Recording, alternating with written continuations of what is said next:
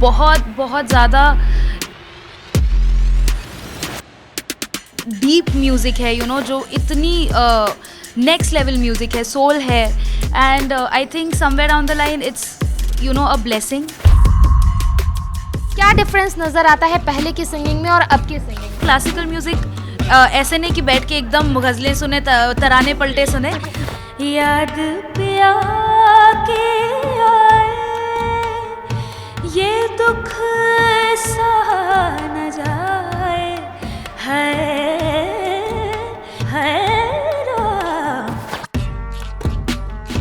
आप भोपाल आए, यहाँ की ग्रीनरी, यहाँ की झीलें नज़र ज़रूर पड़ी होगी। कौन सा गीत आ गया मन में देख के ये सब? बहुत सारे गीत आए हैं मन में तो, बट मैं उसके लिए कहना चाहूँगी संगीत सिर्फ जुनून नहीं है, ये सिर्फ एक हॉबी नहीं है, बल्कि ईश्वर से जुड़ने का एक माध्यम है। और आज हमारे बीच एक ऐसी ही आवाज़, ऐसी ही शख्सियत यहाँ पर मौजूद है जिनके लिए खुद श्रेया घोषाल कहती हैं कि बहारों फूल बरसाओ। आज स्टेज पर स्नेहा आई है। जी हाँ, मैं बात कर रही हूँ स्नेहा शंकर की। बहुत बहुत स्वागत है आपका। Thank you so much, thank you. पहला सवाल यही है कि बचपन से ही घर पे पूरा म्यूज़िकल माहौल रहा है, पूरी फैमिली, जो आपका बैकग्राउंड है, आप तीसरी पीढ़ी हैं जो म्यूज़िक को आगे ले जा रही हैं, तो जब आपने होश संभाला, आप जाने लायक हुई, तो कैसा महसूस हुआ और किस तरीके का माहौल आपने महसूस किया? जब मुझे ये चीज़ समझ आने लगी कि अच्छा मैं एक ऐसी फैमिली से बिलोंग करती हूँ जहाँ पे बहुत बहुत ज़्यादा डीप म्यूज़िक है, जो इतनी नेक्स्ट लेवल म्यूज़िक है, सोल है, and I think somewhere down the line it's a blessing. And मैं अपने आप को बहुत ज़्यादा खुशनसीब समझती हूँ कि मैं एक ऐसी फैमिली से बिलोंग करती हूँ जहाँ मुझे म्यूज़िक विरासत में मिला है, और बचपन से ही म्यूज़िकल माहौल रहा है मेरा। म्यूज़िक के अलावा कुछ और परस्यू करने का एक दिमाग में ख्याल आया ही नहीं कभी। तो ये मेरी खुशनसीबी है, and I am so happy that I am trying कि मैं इसमें छोटा सा कंट्रीब्यूशन अपने म्यूज़िक से दूं और इस लेगेसी को आगे लेकर जाऊं। हाँ, बिल्कुल। इंडियन आइडल 14 का सीज़न बड़ा ही यादगार, 15 का सीज़न सॉरी, बहुत ही यादगार रहा है। वहाँ पर जो श्रेया मैम है, श्रेया मैम ने कई बार आपके लिए इतनी तारीफ़ें भर भर के की, बाकी जो बड़े सिंगर्स हैं उन्होंने भी काफ़ी तारीफ़ें की। तो कैसा लगता था जब वो आपकी तारीफ़ करते थे? कितना इमोशनल मोमेंट होता था? बहुत खुशी होती थी, और टचवुड मेरे लिए इतनी बड़ी बात है कि एक कोई एक स्पेसिफिक मोमेंट होता है ना, वैसे इंडियन आइडल की जर्नी में मेरे लिए बहुत सारे मोमेंट्स हुए, क्योंकि ऑलमोस्ट सारी परफॉर्मेंसेस में कभी standing ovation, performer of the day, और टचवुड सारे परफॉर्मेंसेस अभी भी ट्रेंड पे चल रहे हैं। तो लोगों से इतना प्यार मिला है, जजेस का इतना ज़्यादा सपोर्ट और इतना ज़्यादा प्यार मिला है, एंड एक एक कॉमेंट बिकॉज मैं बहुत ध्यान से सुनती थी, अगर वो कुछ समझा भी रहे हैं तो मैं उस चीज़ को भी बहुत ध्यान से सुन के समझ के उस पर वर्क करने की कोशिश करती थी।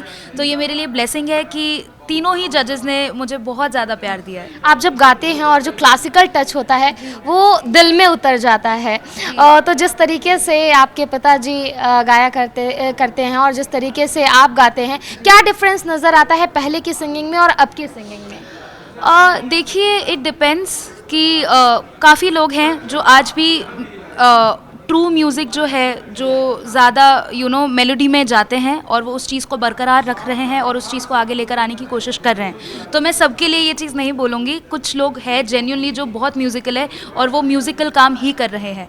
तो आई थिंक मैं भी उन्हीं में से हूँ, और मैं वही कोशिश करना चाहती हूँ कि जो जेनज़ी आज की जनरेशन है उनको मैं कुछ ऐसे तरीके से इम्प्रेस करूँ with fusion of classical singing, क्योंकि क्लासिकल आज की जनरेशन कितना भी डिनाई कर लो नहीं सुनती, ज़्यादा बहुत मेजॉरिटी लेवल तो नहीं ही सुनती, बट कुछ लोग हैं जो सुनते हैं, ऑफ कोर्स वो बहुत रेयर होते हैं।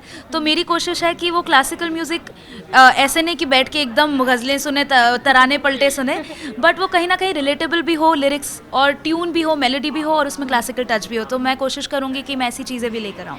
आपने क्लासिकल म्यूज़िक की बात की, तो पुराने कौन से ऐसे क्लासिकल सॉन्ग है जो आप ऑन द लूप लगातार सुनती रहती हैं, चाहे आपका मूड ऑफ हो? वो एक कोई गाना सुना दें अगर आप। मैं ऐसे एक तो चूज़ नहीं कर सकती, बहुत सारे हैं। इनफैक्ट जो याद पिया किया है, जिसका रिक्रिएशन भी मैंने किया है, उसमें भी मैंने क्लासिकल टच रखा है, जो कि उसका जो म्यूज़िक अरेंजमेंट है, प्रोग्रामिंग है, वो थोड़ा वेस्टर्नाइज है, बट फिर भी मैंने उसमें हरकतें। याद पिया के आए हैरान याद पे आके आए, ये दुख सहा न जाए, है ये दुख सहा न जाए, है राम याद पे आके आए। ये दर्द कहाँ से लाती हैं आवाज़ में? How sweet, thank you so much. ये ऊपर वाले की देन है। एक कलाकार होता है जब गाता है, जैसे आप अभी गा रहे हैं, आप नॉर्मल गा रहे हैं, लेकिन वो जो फीलिंग है वो महसूस हो रही है। तो जब आप प्रैक्टिस करते हैं या फिर कैसे एक एज अ आर्टिस्ट खुद के अंदर ये सारी चीज़ें इनबिल्ड करते हैं आप? ये विथ टाइम ही आता है, बिकॉज मैंने भी वो टाइम देखा है जब मैं छोटी थी, कोशिश करती थी, एंड उस टाइम पे थोड़ा और फील आ सकता है। पापा इज़ लाइक नहीं, थोड़ा और फील आएगा, थोड़ा ये आएगा, but I was so young कि उस वक्त कैसे समझाएंगे लिरिक्स की deepness. But with age when you grow older you kind of understand, and with experience also जब आप गाते रहते हो वो इतना जहन में बैठ जाता है कि उसके बाद ऑटोमेटिकली वो परफेक्टली ही आता है।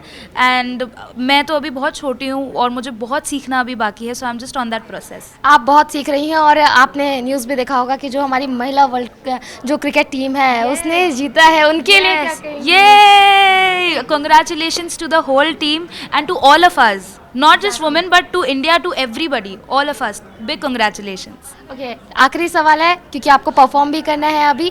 आप भोपाल आए, यहाँ की ग्रीनरी, यहाँ की झीलें नज़र ज़रूर पड़ी होगी। कौन सा गीत आ गया मन में देख के ये सब? बहुत सारे गीत आए हैं मन में तो, बट मैं उसके लिए कहना चाहूँगी कि आज भोपाल में लाल परेड ग्राउंड पे आके ही सुनना पड़ेगा ये चीज़ तो। बिल्कुल बिल्कुल। तो बिल्कुल देखिए, ये है हमारे साथ स्नेहा शंकर, जिन्होंने बेहद ही खूबसूरती के साथ अपने जो एक्सपीरियंसेस हैं वो शेयर किए, किस तरीके से इनके घर में माहौल रहा है और ख़ासकर यूथ को किस तरीके से क्लासिकल म्यूजिक से अटैच रखना है, और साथ ही साथ जो हमारी भारतीय क्रिकेट महिला टीम ने जीत हासिल की है उसकी भी बधाइयाँ उनको दी है और सारे भारतवासियों को भी ये बधाइयाँ दी है। तो बिल्कुल देखिए, ऐसे ही हम आपको आगे भी लोगों से मिलवाते रहेंगे, आपको रूबरू करवाते रहेंगे। तब तक के लिए अलविदा। कैमरा पर्सन रमेश राजपूत के साथ साक्षी त्रिपाठी, IBC 24 भोपाल।